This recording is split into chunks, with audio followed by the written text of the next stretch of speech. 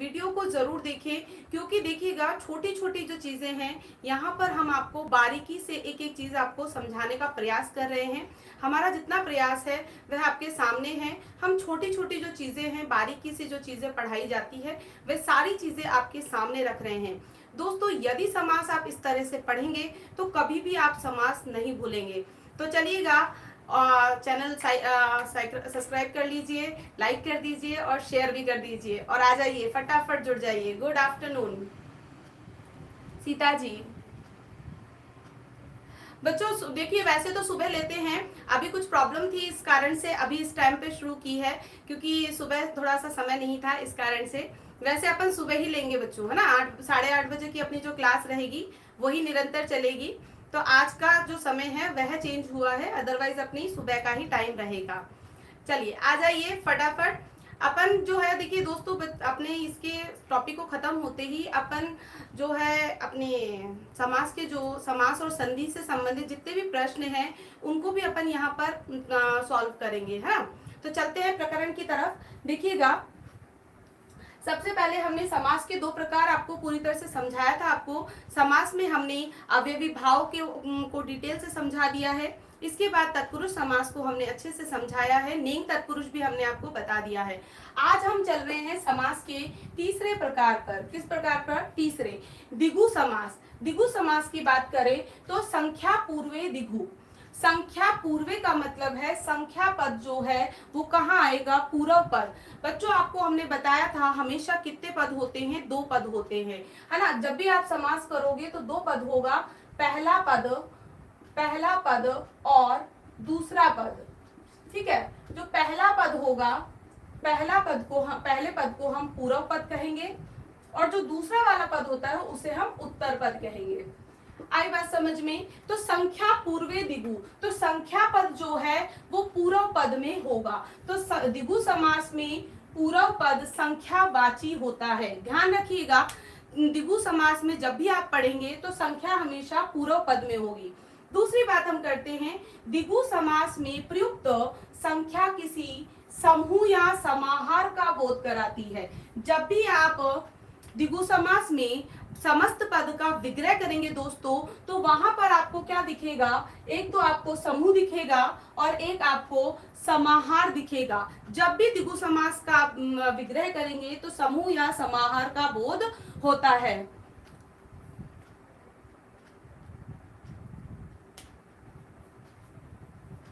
हाँ जी बच्चों, ये आपका जो सिलेबस का जो डिस्कशन है वो हम आपको करेंगे। अभी हम टॉपिक को खत्म कर लेते हैं, फिर सीता जी बिल्कुल हम इसके ऊपर बिल्कुल बात करेंगे आपसे कि कौन कौन से टॉपिक आपसे इसमें जुड़े हुए हैं। जो हमारे जुड़े हुए हैं टॉपिक रीड के अंदर वो सारे हम आपको अभी करवा रहे हैं, है ना। संधि समास ये जो टॉपिक है ये नॉर्मल टॉपिक है, उसके अलावा जो टॉपिक्स हैं उसके ऊपर भी हम दोस्तों बात करेंगे। चलिए अभी इस तरफ चलते हैं। तो दिगु समास में प्रयुक्त संख्या किसी समूह या समाहार का बोध कराती है, अन्य अर्थ का नहीं, अन्य अर्थ का बोध नहीं कराती है। जैसे आप लोग देखते हैं, देखिएगा दशानन, दशानन, अब यहाँ 10 संख्यावाचक है और जैसे ही आप इसको पढ़ते हैं तो दशानन किसका बोध कराता है? रावण का बोध कराता है ना। दशानन शब्द किसके लिए प्रयुक्त होता है? रावण के लिए प्रयुक्त होता है। तो दोस्तों इस कारण से संख्या तो है पूर्व में, संख्या पूर्व में है, लेकिन ये किसका बोध कराता है? किसी अन्य पद का बोध कराता है। तो जहां पर संख्या आए और किसी अन्य अर्थ का बोध कराए वहां तो आपके बहुब्रीहि समास हो जाएगा दोस्तों। लेकिन जहां संख्या आए और समास विग्रह करने पर समूह या समाहार दिखे, अन्य अर्थ का बोध न हो, वहां पर आपके दिगु समास होता है। तो दिगु समास की पहचान हमने आपको बताई कि दिगु समास में पूर्व पद जो पहला वाला पद होगा वह संख्यावाची होगा। दूसरी बात, जब भी आप समास विग्रह करेंगे तो समूह या समाहार का बोध मिलेगा, और आपका अर्थ जो है वो दूसरा अर्थात अन्य अर्थ का बोध नहीं होगा, जैसे कि बहुब्रीहि समास में होता है। अगला देखिए, दिगु समास में कौन से पद की प्रधानता होती है? ज्यादातर बच्चों की ये प्रश्न होता है, मैम दिगु समास में कौन से पद की प्रधानता होगी? तो दोस्तों एक बात याद रखिएगा, दिगु समास जो है वो तत्पुरुष समास का ही एक उपभेद है। है ना। आपको पहले ही बताया था कि द्विगु समास तत्पुरुष समास का ही एक उपभेद है। इस कारण से द्विगु समास में भी उत्तर पद की प्रधानता होती है। आई बात समझ में? चलिएगा अब एक उदाहरणों से हम इसको समझने का प्रयास करते हैं। संख्या पूर्वे, तो जैसे हमने कहा दोस्तों चौराहा, चौराहा। अब चौराहा में ये चौ क्या है, हमारा हिंदी का उपसर्ग है। चौराहा, चार राहों का समाहार, चार राहों का समाहार,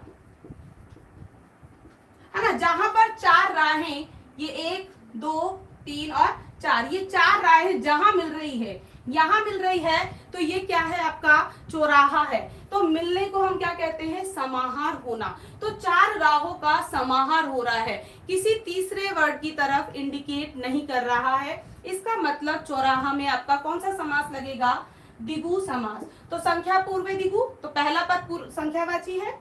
जब आप द्विगु समास का समास विग्रह कर रहे हैं तो क्या दिख रहा है, समूह या समाहार। यहाँ देखिएगा समाहार पद दिख रहा है, इसका मतलब आपका कौन सा समास हुआ, द्विगु समास। चलिए बच्चों अब बात करते हैं चतुर्भुज।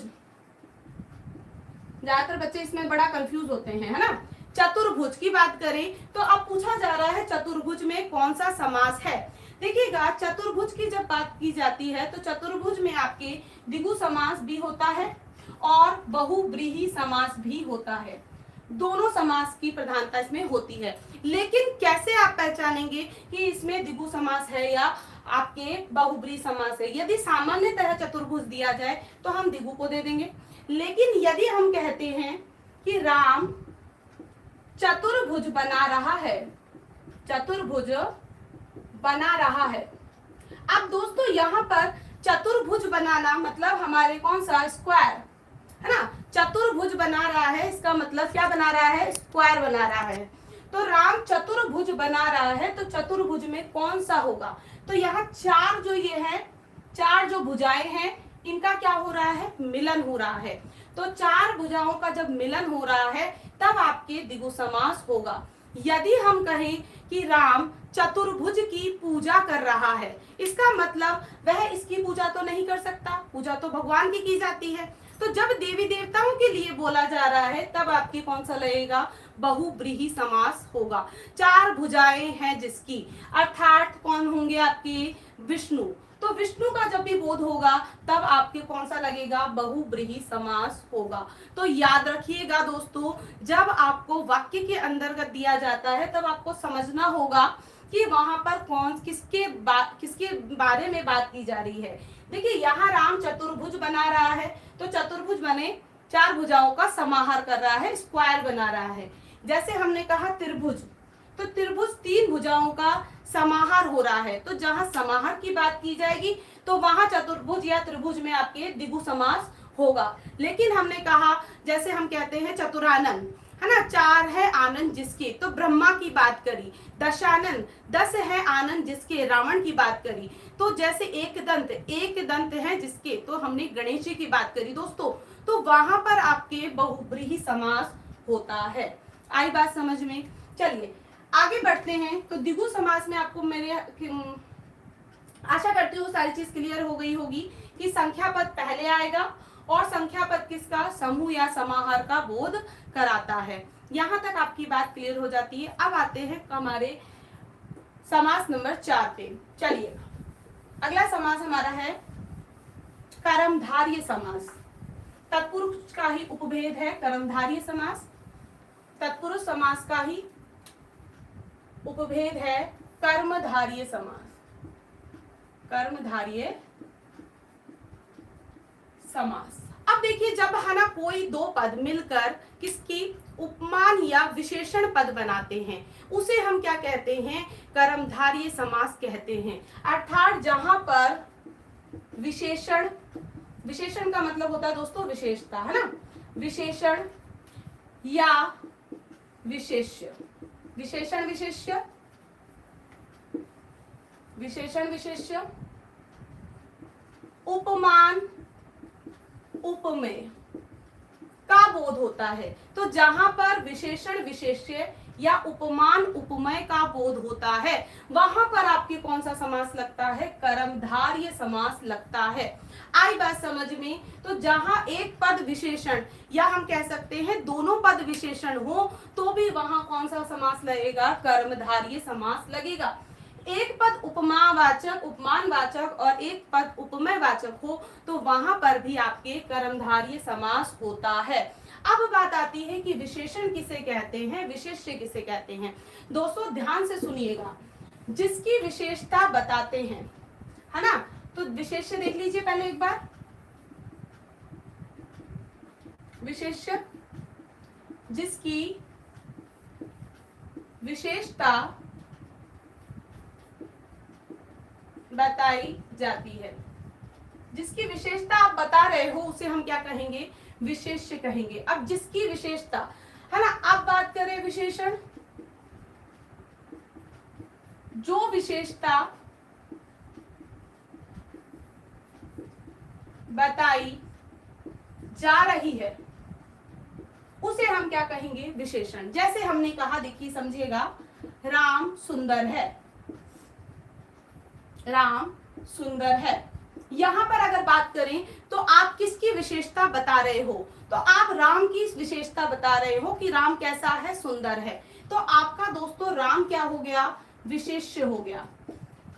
और जिसकी विशेषता, जो विशेषता है या जो विशेषता बताई गई है उसे हम क्या कहेंगे, विशेषण। तो राम की विशेषता क्या है कि वह सुंदर है। तो यहाँ पर विशेष्य पद हुआ राम और विशेषण पद हुआ सुंदर। दोस्तों ध्यान रखिएगा, संज्ञा और सर्वनाम जो भी होंगे आपके, संज्ञा और सर्वनाम पद जो है वो विशेष्य कहलाते हैं। आई बात समझ में। तो आपकी जिसकी विशेषता आप बताएंगे उसे हम विशेष्य कहेंगे, जो विशेषता बताई जा रही है उसे हम विशेषण कहेंगे। चलिए अब शब्द देख लेते हैं। जैसे हमने कहा महापुरुष, महापुरुष, महान है जो, महान है जो पुरुष। तो यहां पर देखिएगा किसकी विशेषता आप बता रहे हो, पुरुष की। तो ये पुरुष जो है ये आपका हो गया विशेष्य। क्या विशेषता बताई आपने उस पुरुष की कि वह कैसा है, महान है। तो बच्चों महान आपका क्या हो गया, विशेषण पद हो गया। तो जहां पर विशेषण विशेष्य विशेषण आ जाए तो वहां पर आपका कौन सा लगेगा, कर्मधारय समास लगेगा। उपमान उपमेय भी देख लीजिए एक बार, उपमान और उपमेय भी देख लीजिए। उपमान जिससे तुलना की जा रही है, जिससे तुलना की जा रही है उसे हम क्या कहते हैं, उपमान कहते हैं। जिससे भी आप तुलना कर रहे हो किसी की, जैसे चंद्रमुख, चंद्रमा के समान मुख है, तो किसकी, मुख की तुलना की किससे, चंद्रमा से। तो चंद्रमा आपका क्या हो गया, उपमान। तो जिससे भी आप तुलना कर रहे हो वह आपका उपमान होगा। बात करें उपमेय की, जिसकी तुलना की जाती है, जिसकी तुलना की जाती है, मतलब जिसकी आप तुलना कर रहे हो वह क्या है, उपमेय है। जैसे हमने कहा चंद्रमुख, चंद्रमुख। विग्रह करेंगे, चंद्र के समान मुख, चंद्र के समान मुख है जिसका। तो यहाँ देखिएगा किसकी तुलना कर रहे हो आप, मुख की तुलना कर रहे हो। किससे कर रहे हो, चंद्रमा से कर रहे हो। तो किसकी, तो किसकी का अर्थ किसकी तुलना कर रहे हैं हम, तो ये आपका हो गया उपमेय। किससे कर रहे हैं, चंद्रमा से कर रहे हैं, ये आपका हो गया उपमान। आई बात समझ में दोस्तों। तो उपमेय और उपमान आपके क्लियर हो गए। वो स्क्रीनशॉट एक बार ले लीजिए जिससे कि आप कभी कंफ्यूज ना हो कि कहां पर उपमेय होता है, कहां उपमान होता है, कहां विशेष्य होता है और कहां विशेषण होता है। विशेष्य के आगे आप लिख लीजिएगा, मेंशन कर लीजिएगा, संज्ञा और सर्वनाम। संज्ञा और सर्वनाम पद क्या कहलाते हैं, आपके विशेष्य पद कहलाते हैं। विशेषण की बात की जाए तो जो भी विशेषता है वह विशेषण कहलाती है। उपमान की बात करें तो जिससे आप तुलना कर रहे हो, यहाँ हमने चंद्रमा से तुलना की है तो यहाँ चंद्रमा आपका उपमान हुआ। किसकी तुलना की आपने, मुख की तुलना की, तो मुख आपका उपमेय हो जाता है। जैसे आपने कहा नरसिंह, सिंह के समान नर, सिंह के समान नर,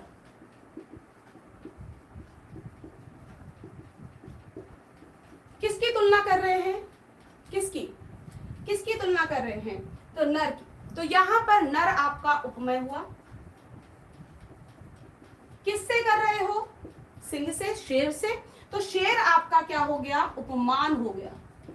आई बात समझ में? फटाफट एक बार स्क्रीनशॉट ले लीजिए कि हम आगे बढ़ते हैं कि इसमें और क्या क्या होता है। तो कर्मधारी समास में विशेष्य विशेषण होगा, उपमान उपमेय के आप उदाहरण देखेंगे। जहां पर भी आपको विशेषण विशेष्य दिख जाए, आपके उपमान उपमेय दिख जाए दोस्तों, आप वहां फटाफट लगाइएगा कर्मधारय समास। चलिए और देखते हैं आगे।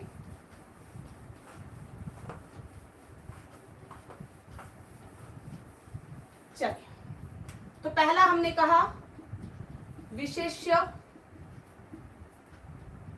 विशेष्य विशेषण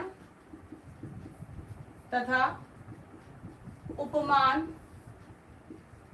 उपमेय, उपमान उपमेय, है ना, जहां भी होगा वहां कर्मधारय समास होता है। नंबर दो की बात करें, कर्मधारय को देखिएगा, कर्मधारय समास तत्पुरुष समास का अंग है। क्या है, अंग है, भाग है, तत्पुरुष समास का अंग है। इसे समानाधिकरण तत्पुरुष भी कहते हैं। तो यदि आपसे पूछ ले कि बताइए कि है ना, कर्मधारय समास को और क्या कहते हैं, तो कर्मधारय समास को समानाधिकरण तत्पुरुष भी कहते हैं। नंबर 3 पॉइंट क्या कह रहा है दोस्तों, समझिएगा। अब इसको समानाधिकरण क्यों कहा, क्योंकि यहाँ पर समास हमारा तत्पुरुष का एक उपभेद है, इसी कारण से इस समास को हम किस नाम से भी जानते हैं, समानाधिकरण तत्पुरुष के नाम से भी जानते हैं। समान आधार हो जिसके, वहां पर कर्मधारय समास होता है। नंबर 3 की बात करें तो कर्मधारय समास में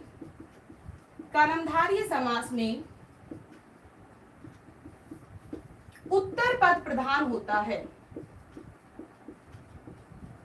वापस बात कर लेते हैं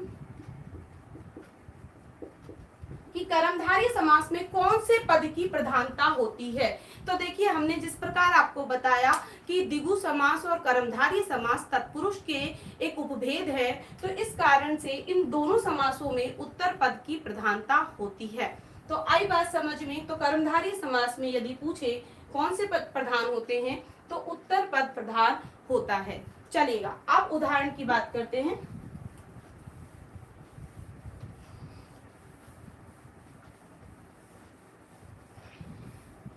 चलिए यहां देखिएगा, कहां चले तुम राम नाम का पीतांबर तन पर डाले।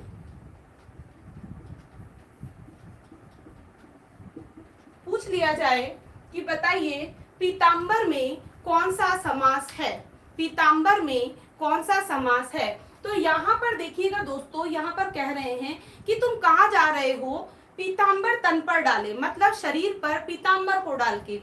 पीतांबर का एक अर्थ होता है विष्णु, है ना, एक अर्थ किस अर्थ में होता है, विष्णु।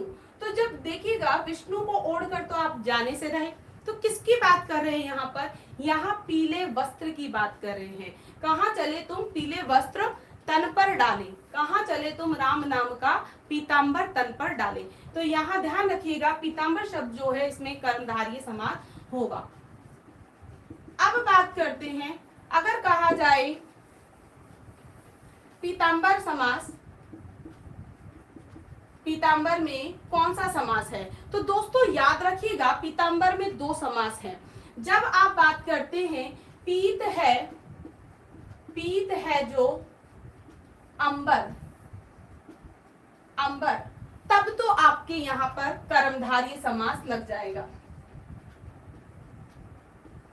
कर्मधारय समास लगेगा। जब आपने कहा पीत है जिसका अंबर, अंबर वह, है ना, तो पीत है जिसका अंबर मतलब अर्थात कौन हुए हमारे विष्णु, विष्णु, कृष्ण, हनुमान, इनके लिए हम क्या लेते हैं, पीतांबर शब्द का प्रयोग करते हैं। तो यहाँ पीत है जिसका अंबर, तो यहाँ किसके लिए बात कर रहे हैं, किसी थर्ड पर्सन की बात कर रहे हैं, तो यहाँ पर आपके दोस्तों लगेगा बहुव्रीहि समास। आई बात समझ में कि पीतांबर में कितने समास होंगे, 2 समास होंगे। जब बोला जाए पीत है जिसका अंबर, वेरी गुड आफ्टरनून ममता जी, आ जाइए, है ना, पीत है जिसका अंबर तो कर्मधारय समास, पीला है जिसका अंबर तो वहां आपके बहुव्रीहि समास होता है। चलिए अब बात करते हैं दोस्तों, जब भी आप कर्मधारय समास देखोगे तो कर्मधारय समास में जब आप विग्रह करोगे तो समस्त पद का विग्रह करने पर क्या दिखेगा आपको, विग्रह करने पर है जो के समान रूपी शब्दों का प्रयोग होता है। तो जब आप बात कर रहे हैं कर्मधारय समास का विग्रह करेंगे, अर्थात कर्मधारय समास में बने पद का यदि आप विग्रह करते हैं तो आपको क्या क्या दिखेगा, है जो दिखाई देगा, के समान दिखाई देगा और रूपी पद दिखाई देगा। जैसे आप तीनों आपको दिखा देते हैं, जैसे हमने कहा महात्मा, महान है जो आत्मा, है ना, तो आत्मा की विशेषता बताई जा रही है कि कैसी है, महान है। तो यहाँ पहला प्रयोग हमने क्या किया, है जो। दूसरा देखते हैं के समान, चंद्रमुख, चंद्र के समान मुख, है ना, चंद्र के समान है जो मुख, तो वहां पर आपके कौन सा होगा, के समान का प्रयोग और कर्मधारय समास रूपी। भव सागर, भव यहाँ संसार के लिए लिया जा रहा है, भव रूपी सागर, तो यहाँ देखिएगा रूपी का प्रयोग। तो है जो के समान या रूपी का जहां प्रयोग हो जाए तो दोस्तों वहां कर्मधारय समास होता है। चलिए अगले समास की तरफ हम बढ़ते हैं। अगला समास है हमारा बहुव्रीहि समास। कौन सा समास है, बहुव्रीहि समास। चलिए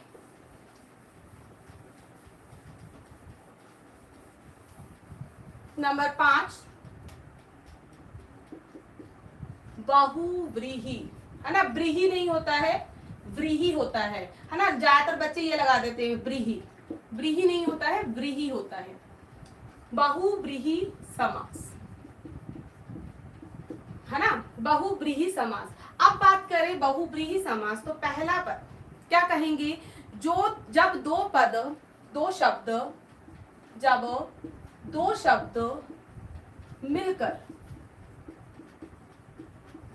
शब्द मिलकर किसी तीसरे पद की तरह, किसी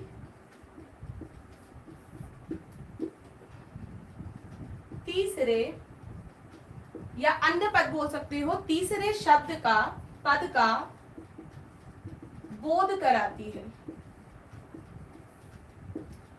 ना, तीसरे पद का क्या करती है, बोध कराती है, उसे हम क्या कहते हैं, वहां आपके होता है बहुव्रीहि समास। जब 2 शब्द मिल रहे हैं, ये 2 शब्द जो हैं बच्चों, इन दोनों शब्दों का कोई अर्थ नहीं है, अर्थात दोनों शब्द, है ना, बहुव्रीहि समास में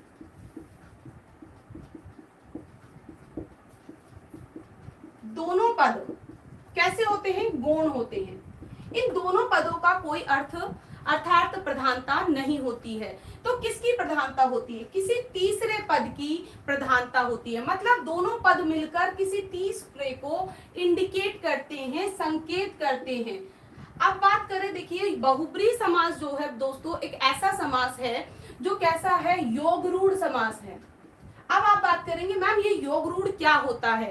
तो योग रूढ़ का मतलब देखिए, योग का मतलब आप सभी जानते हैं, योग का मतलब है दो शब्द जहां मिलते हैं, जहां पर योग हो रहा है। तो जहां दो शब्द मिल रहे हैं, तो हमने पहले ही कहा जब दो शब्द मिलकर, तो दो शब्द आपके मिलेंगे लेकिन किसी तीसरे की तरफ इंडिकेट करे, संकेत करे, वहां आपके बहुब्रीहि समास होगा। रूढ़ क्यों हो गया? क्योंकि प्राचीन काल से, परंपरागत काल से रूढ़ी दर रूढ़ी हम लोग बहुब्रीहि समास में बने समस्त पदों का प्रयोग किसी तीसरे के लिए, या हम कह सकते हैं देवी देवताओं के लिए करते हैं, है ना। इस कारण से बहुब्रीहि समास कैसा कहलाता है? सांकेतिक समास कहलाता है, योग रूढ़ समास कहलाता है ना। तो योग रूढ़ शब्द है, या हम इसको क्या कहते हैं? सांकेतिक समास भी आप कह सकते हो। इंडिकेट करता है ना, जहां इंडिकेट कर दिया किसी तीसरे को, वहां आप उठाकर लगा दीजिएगा बहुव्रीहि समास। आई बात समझ में? तो अब कह रहा है बहुव्रीहि समास में दोनों पद क्या होते हैं? गौण होते हैं। आप बात करें कि कौन से पद की प्रधानता होती है फिर? बहुव्रीहि समास में अन्य पद प्रधान होता है ना, अन्य पद प्रधान होता है। तो दोनों शब्द मिलकर किसी तीसरे संज्ञा की तरफ इंडिकेट या संकेत करते हैं। तो जिस संकेत, जिसकी तरफ संकेत कर रहे हैं, वही पद क्या हो जाता है बच्चों? प्रधान हो जाता है। जिस शब्द की तरफ इंडिकेट करेंगे वही पद आपका प्रधान हो जाता है, वहां आपका बहुब्रीहि समास होता है। जैसे आपने कहा दशानन, दशानन की अगर बात करें तो 10 है आनन जिसके, तो 10 है आनन जिसके। तो दोस्तों यहाँ आनन और 10 का कोई अर्थ या गुण है? ये दोनों शब्द कैसे हैं? दोनों पद गुण हैं। अर्थ किसका मिल रहा है?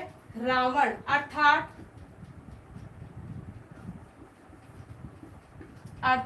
रावण, है ना। तो 10 है आनंद जिसके, अर्थात रावण। तो दोनों शब्द की कोई प्रधानता न रहकर तीसरा पद जो है, अर्थात जो संख्या पद की तरफ इंडिकेट किया जा रहा है, वह पद क्या हो जाता है? प्रधान हो जाता है। दोस्तों चलिए आगे चलते हैं, आगे बात करते हैं। जब आप इसका विग्रह करेंगे, जब बहुब्रीहि समास का जब आप विग्रह करेंगे तो आपको क्या दिखाई देगा, तो देखते हैं। चल, बहुव्रीहि समास का, या हम कह सकते हैं समस्त पद का, समस्त पद का विग्रह करने पर क्या दिखेगा आपको? जिसका, जिसकी, जिसके, वाला, वाली, है ना। तो समास विग्रह करने पर जिसका, जिसकी, वाला, वाली का प्रयोग होता है, प्रयोग होता है। एक बार स्क्रीनशॉट ले लीजिए दोस्तों फटाफट, जिससे कि आप लोगों के एक एक जो पॉइंट है वह क्लियर होते चले कि बहुब्रीहि समास में दो शब्द मिलेंगे, दोनों शब्द मिलकर किसी तीसरे शब्द की तरफ इंडिकेट करेंगे, किसी तीसरे शब्द का बोध होकर आती है, वहां पे बहुब्रीहि समास होगा। बहुब्रीहि समास में दोनों पद जो हैं, जैसे दशानन में आपने देखा 10 और आनंद कैसे पद हैं? गौण पद हैं। यदि पूछ लिया जाए बहुब्रीहि समास में दोनों पद कैसे होते हैं, तो दोनों शब्द आपके गौण होते हैं। प्रश्न पूछा जाए बहुब्रीहि समास में कौन से पद की प्रधानता है, उत्तर होगा अन्य पद की प्रधानता होती है।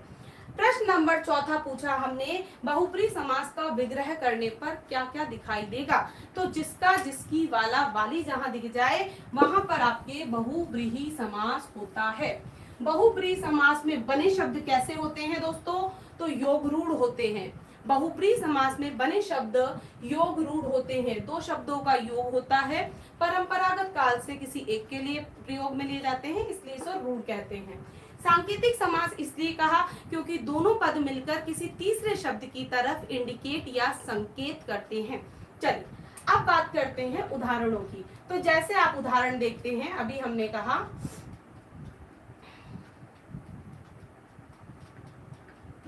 चंद्रमौली, चंद्रमौली। अब इसका अगर आप विग्रह करेंगे तो चंद्रमा, आप लोग करते हैं चंद्रमा, चंद्र है जिसकी मौली पर, मौली पर, अब यहाँ जिसकी आ गया है जिसकी, तो जहां पर जिसकी जिसका आ जाए वहां पर आपके कौन हो जाएगा, बहुब्रीहि समास। तो चंद्र है जिसकी मूली पर, अर्थात कौन होंगे, शिव। अब आपको मूली का अर्थ पता होना चाहिए।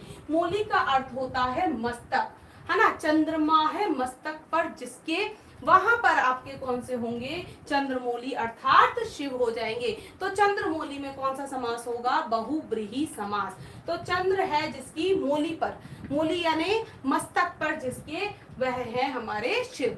ऐसे ही अगर पूछा जाए चंद्रचूड़,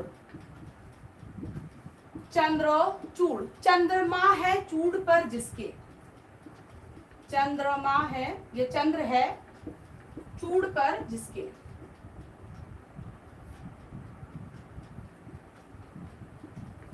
चूड़ पर जिसके। अब यहाँ पर बात करें किसके चूड़ पर चंद्रमा है। चूड़ यानी क्या होता है, चूड़ का मतलब होता है ललाट, चूड़ का मतलब क्या होता है, ललाट। तो चंद्रमा है ललाट पर जिसके, तो अर्थात हमारे कौन, वही आपके शिव हो जाते हैं बच्चों। तो यहाँ चंद्रचूड़ भी किसमें होंगे, शिव के लिए प्रयुक्त होता है। अब बात करें विषधर, विष को धारण करने वाला, तो विषधर, तो विषधर में आएगा विष को धारण करने वाला। तो यहाँ पर शिव भी हो सकता है और सांप भी हो सकता है। विष को धारण करने वाला, यहाँ क्या आ गया, वाला वाली का प्रयोग हो गया है, इसका मतलब विषधर भी आपके कहाँ चला गया, बहुब्रीहि समास में। ऐसे ही आप बात करते हो पतझड़, झड़ते हैं झड़ते हैं पत्ते जिस ऋतु में, वह ऋतु कहलाती है बसंत। तो किसी तीसरे की तरफ इंडिकेट करते ही यहाँ पर भी आपके बहुब्रीहि समास होता है दोस्तों। चलिए अब आगे बात करते हैं, जहां पर जिसका जिसकी आपने देखा। एक शब्द आता है अंशुमाली, अंशुमाली, बताइए यहाँ पर क्या विग्रह होगा, अंशु है माला जिसकी। अब यहाँ माली का अर्थ, अंशु का अर्थ क्या होता है, अंशु का मतलब होता है किरणें, किरणें है क्या भाई, माला जिसकी, किरणें जो माला है जिसकी। अब यहाँ पर इंडिकेट किसको करते हैं, सूर्य को।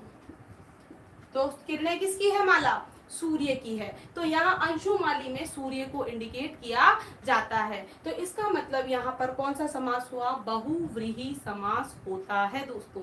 चलिएगा अगले समास की तरफ बढ़ते हैं, समास नंबर 6 और अंतिम समास है हमारा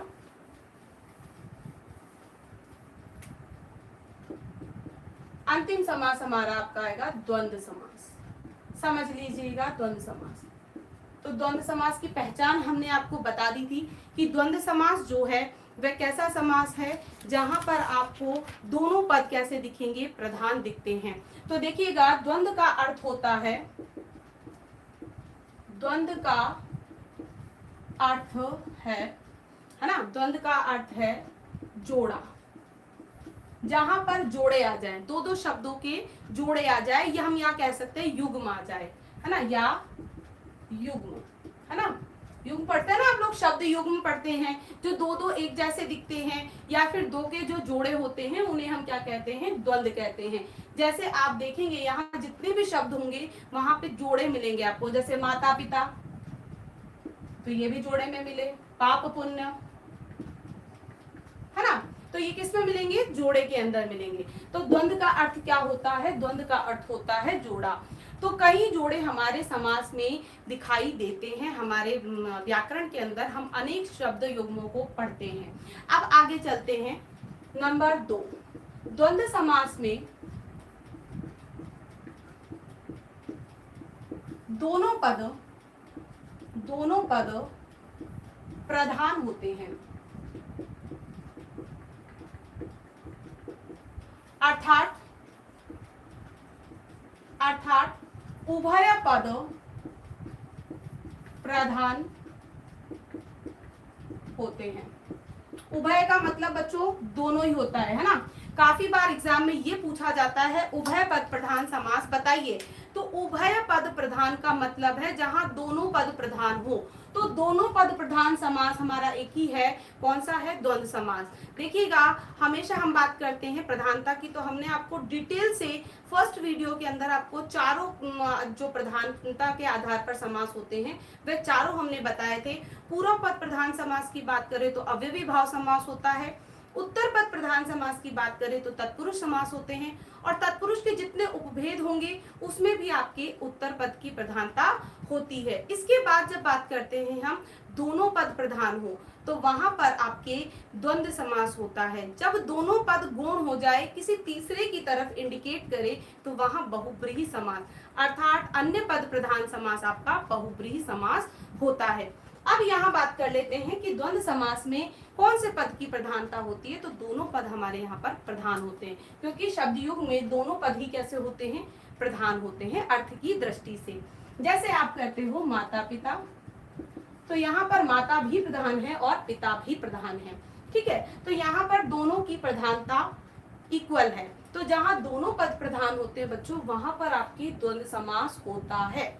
चल अगली बात करते हैं द्वंद्व समास का जब विग्रह करेंगे, समस्त पद का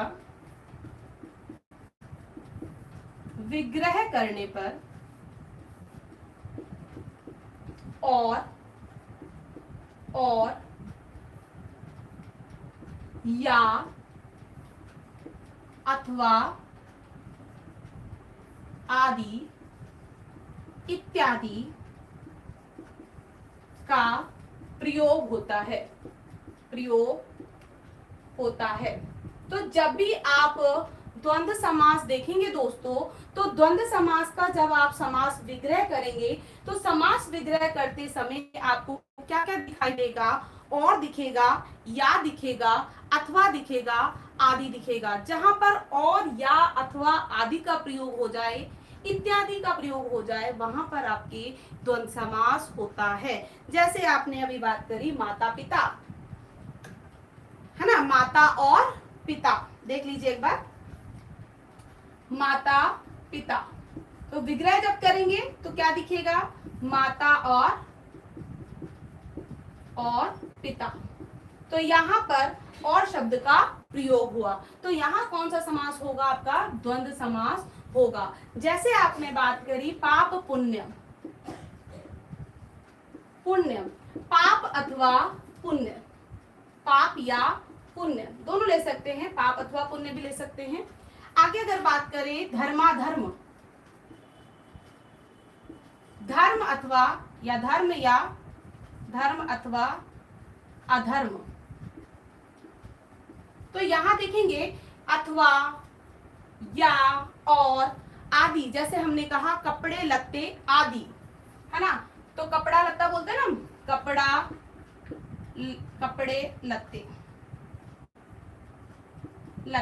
तो कपड़े लत्ते आदि।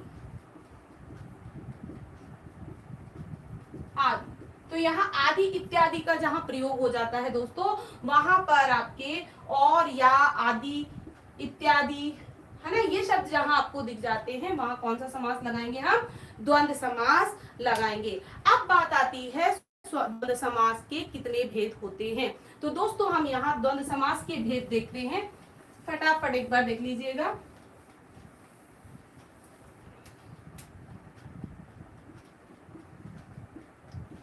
द्वंद्व समास के 3 भेद या उपभेद लिख देते हैं, उपभेद होते हैं। कौन कौन से होते हैं? नंबर पहला देखेंगे, नंबर पहला है इतरेत्तर द्वंद्व। पहला कौन सा आएगा? इतरेत्तर द्वंद्व। इतरेत्तर द्वंद्व समास, इतरेत्तर जो द्वंद्व समास है दोस्तों, यहाँ पर जहां पर और का लोप हो जाए, इतरेत्तर द्वंद्व समास कब बनता है? जहां पर और का लोप होता है, वहां हमारे इतरेत्तर द्वंद्व लगता है। आई बस हम इसमें जैसे हमने कहा दाल रोटी, तो विग्रह करेंगे दाल और रोटी। तो यहाँ और क्या है, और का विग्रह में हमने लिखा है, तो और का लोक है। योजक चिन्ह जो है इसका अर्थ हमने आपको पहले भी बताया था पहचान में। योजक चिन्ह का अर्थ और, या, इत्यादि, आदि, अथवा में से होता है, तभी आपके द्वंद्व समास लगेगा। अगर योजक चिन्ह का अर्थ और, या, आदि, इत्यादि, अथवा नहीं होता है तो वहां द्वंद्व समास भी नहीं होता है। योजक चिन्ह इसे कहते हैं संयोजक या हाइफन लाइन, है ना। इस हाइफन लाइन का अर्थ और आ रहा है, इसका मतलब आपका जो समास है यह द्वंद्व समास है। द्वंद्व समास में भी कौन सा समास है, इतरेत्तर द्वंद्व समास है। तो जहां पर और लोप किया हुआ हो, अर्थात समस्त पद के अंदर जब आप विग्रह करेंगे तो और लगे, तो वहां पर आपके इतरेत्तर द्वंद्व दिखाई देता है। जैसे आपने करा स्त्री पुरुष, स्त्री पुरुष, स्त्री या पुरुष, स्त्री और पुरुष, ठीक है। अब यहाँ किसका लोप हुआ, और का लोप हुआ, है ना। अब जैसे ही और का लोप हुआ तो वहां पर हमने क्या लगा दिया, इतरेत्तर द्वंद्व लगा दिया। अब नंबर 2 देख लीजिए दोस्तों। नंबर 2 आता है वैकल्पिक द्वंद्व। वैकल्पिक का मतलब होता है जहां विलोम शब्द आ जाए, मतलब विपरीतार्थ आ जाए, विपरीत शब्द आ जाए, तो वहां पर आपके वैकल्पिक द्वंद्व होता है। जैसे आपने किया पाप पुण्य, है ना, पाप या पुण्य, ठीक है। तो यहाँ केस किसके लिए आया, आया विलोम के लिए। पाप का विलोम क्या हुआ, पुण्य। लाभ हानि, लाभ का विलोम क्या हुआ, हानि, है ना। धर्म का अधर्म, तो जहां विलोम वाले आ जाए तो वहां पर आपके वैकल्पिक द्वंद्व होता है। तो विलोम शब्द याद कर लीजिएगा, जहां विलोम दिख जाए वहां वैकल्पिक द्वंद्व आपको या फिर अथवा दिखेगा। क्या दिखेगा, या और अथवा। किस द्वंद्व में, वैकल्पिक द्वंद्व में। इतरेत्तर द्वंद्व में क्या दिखेगा, और दिखेगा। वैकल्पिक द्वंद्व में या और अथवा दिखेगा। नंबर 3 समाहार, समाहार द्वंद्व। समाहार द्वंद्व में बच्चों आपके जो शब्द होंगे उनके अलग अलग कोई अर्थ नहीं होंगे, अर्थात समूह का ही बोध होगा। तो दोनों शब्दों का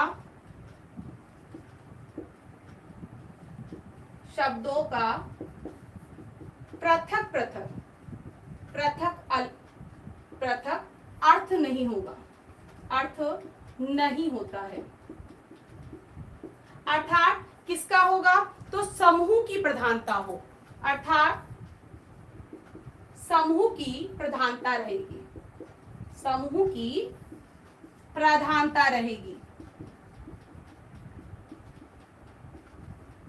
वहां पर आपके क्या होगा, अब वहां पर आपके समाहार द्वंद्व होगा। तो यहाँ पर देखिएगा एक शब्द जो होगा वो निरर्थक भी देखा जाएगा। जैसे आप कहते हो ना पानी वानी, पानी वानी, तो हमने कहा पानी वानी, वानी, तो यहाँ पानी का तो अर्थ है, पानी का अर्थ जल है, लेकिन वाणी का बच्चों कोई अर्थ नहीं है। इसीलिए यहाँ पानी तो आपका सार्थक शब्द हुआ, लेकिन वाणी जो है वो क्या हो गया, आपका निरर्थक शब्द हो गया। और जब आप प्रयोग करते हैं, जैसे आप लोग बार बार प्रयोग करते हैं, मैं तन मन धन से भगवान की पूजा करती हूँ, तो मैं अपना काम तन मन धन से करती हूँ। तो तन मन धन क्या है, तीनों एक साथ में प्रयोग करते हैं। तो जहां एक साथ ही प्रयोग होते हैं, जैसे कपड़े लत्ते आदि, तो कपड़े लत्ते, तो यहाँ पर आपके दोनों शब्द क्या है, अलग अलग कोई अर्थ नहीं देंगे, समूह का ही अर्थ वहां पर होगा। वहां आपके समाहार द्वंद्व होता है। जब आप विग्रह करेंगे तो वहां क्या दिखेगा, आदि। जैसे पेड़ पौधे आदि, देखते हैं आप लोग, पेड़ पौधा, तो हम विग्रह करते हैं तो क्या लिखते हैं, पेड़ पौधे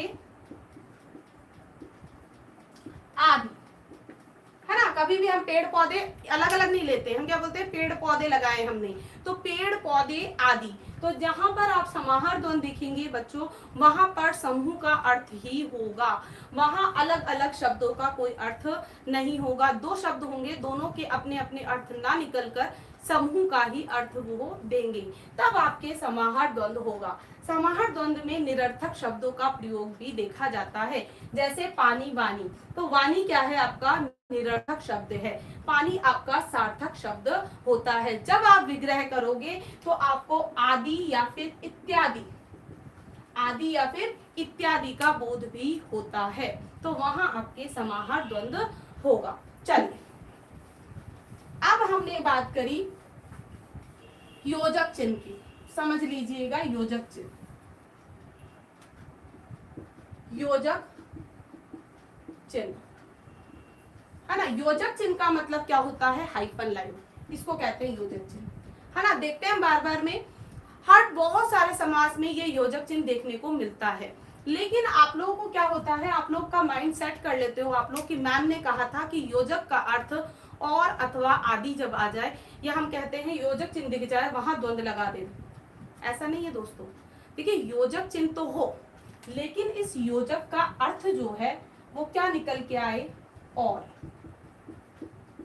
या, अथवा, आदि, इत्यादि, है ना।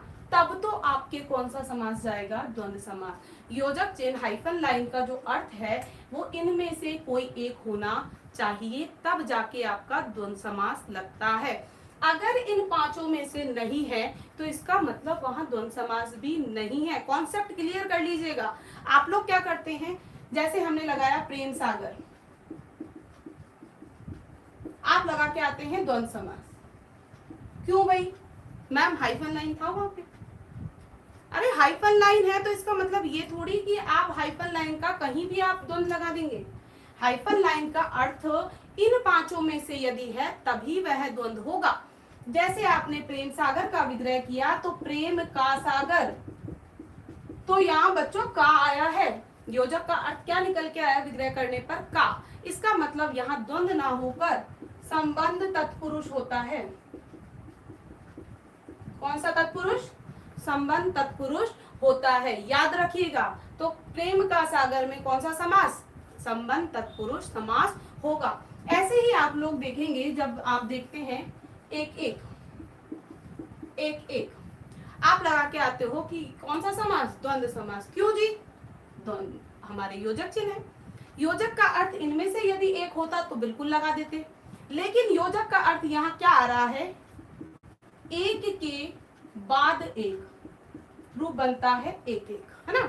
एक के बाद, तो बताओ भाई योजक का अर्थ इनमें से कोई है क्या? जब इन पांचों में से कोई अर्थ नहीं है तो आप कैसे आप द्वंद्व समास लगाएंगे? तो इसका मतलब यहाँ द्वंद्व समास नहीं है। फिर मैम कौन सा समास है?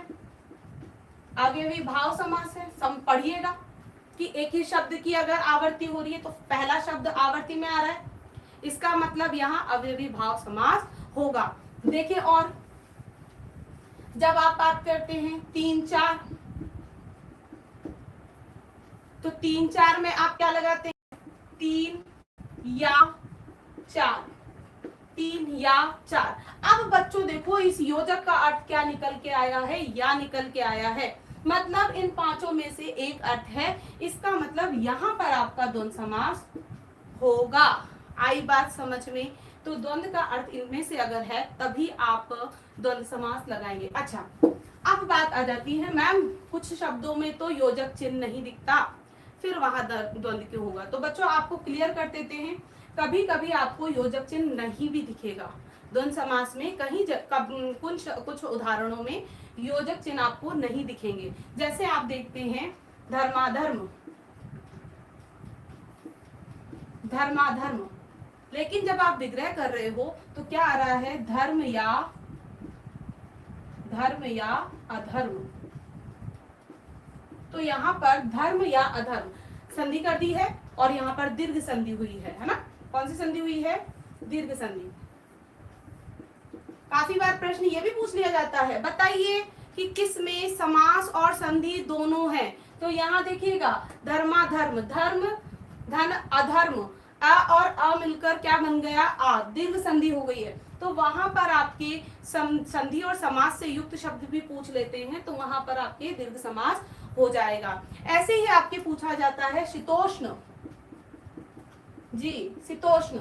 शीतोष्ण में 3 समास लगते हैं बच्चों। पहला लगता है शीत और उष्ण, ठंडा और गर्म, शीत और उष्ण। और दिखते ही आप क्या लगा दोगे, द्वंद्व समास।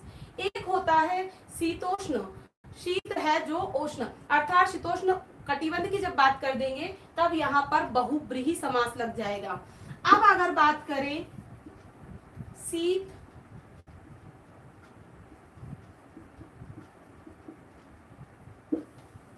हाँ जी, शीत और उष्ण, जब 2 समास आपके दोनों शब्द क्या है, विशेषण वाले पद है। शीत भी विशेषण वाला है, ठंडा और गर्म, ठंडा और गर्म और उष्ण। यहाँ पे दोनों पद क्या है, विशेषण वाले हैं, है ना। तो जहां पर दोनों पद विशेषण वाले हो जाए तब वहां पर कर्मधारय भी लग जाता है, ठीक है। लेकिन शीतोष्ण में पहली प्रायोरिटी किसको देंगे आप, द्वंद्व समास को देंगे। दूसरी प्रायोरिटी में आप बहुब्रीहि को देंगे और तीसरी प्रायोरिटी पे आप इसको कर्मधारय में लगा के आएंगे। एक और पूछा जाता है निलोहित, समझ लीजिए इसको भी, है ना। निलोहित में कितने समास होते हैं, बार बार बच्चों के प्रश्न होते हैं, मैम निलोहित में कितने समास होते हैं। तो बच्चों निलोहित में 3 समास होते हैं, है ना। नील और लोहित, नील और लोहित, नीला और लाल, लोहित का अर्थ क्या है, लाल, तो नीला और लाल, है ना। नील और लोहित, यहां पर कौन सा समास हो गया, द्वंद्व समास। अगर बात करें नील है जो, है ना, नील है जो लोहित, एक सेकेंड, है ना, जो नील है वो लोहित भी है, लोहित भी है। तब यहां पर आपके लगेगा कर्मधारय समास, जो नीला है वो लोहित भी है, तो विशेषता बता रहा है, तब यहां पर आपके कर्मधारय समास लगेगा। या लिख दे हम नील है जो लोहित, लोहित या लहू भी कह सकते हो बच्चों, नील है जो लहू, तब भी आपके कौन सा लगेगा, कर्मधारय समास। यदि मैंने कहा नील है जिसका लहू, नील है जिसका लहू, अर्थात शिव, निलोहित किसको कहा जाता है, शिव को कहा जाता है, शिव का पर्यायवाची होता है निलोहित। तो अब निलोहित में कौन सा लग गया, बहुब्रीहि समास लग गया। तो निलोहित में पहला समास कौन सा, नील और लोहित, द्वंद्व समास। नील और लाल, मतलब नीला और लाल दोनों प्रधान रंग है, इसका मतलब आपके द्वंद्व समास। जब आपने कहा जो नील है वो लोहित भी है, या आपने कहा जो नील है जो लोहित अर्थात लहू, तो आपके दोनों में कर्मधारय समास। जब आपने कहा नील है जिसका लहू अर्थात शिव, तब आपके यहाँ पर बहुब्रीहि समास होता है। दोस्तों एक एक चीजों के बारे में हमने जितना विस्तार से बताना था, सारी चीजें हमने सविस्तार आपको बताई है।